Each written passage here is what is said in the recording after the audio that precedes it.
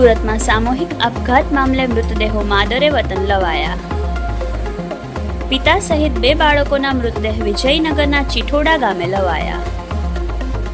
પત્નીના અન્ય પુરુષ સાથે ગેરસંબંધને પગલે 2 બાળકોને ઝેર આપી પિતાએ જીવન ટૂંકાવ્યું. અલ્પેશ સોલંકી સહિત બંને બાળકોના મોતને લઈ પરિવારમાં ભારે આક્રંદ. મૃતદેહ માદરે વતન વિજયનગર લવાતા સમગ્ર પંથક હિબકે ચડ્યું.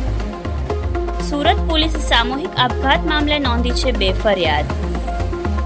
પિતા સહિત બંને બાળકોની અંતિમ યાત્રામાં ગામ હિબકે ચડ્યું. ભારે હૈયાફાટ રુદન સાથે મૃતકોની નીકળી અંતિમ યાત્રા.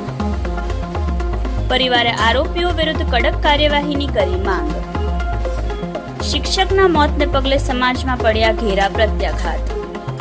પિતા સહિત બંને બાળકોના મૃતદેહો માદરે વતન કરાયા અંતિમ સંસ્કાર.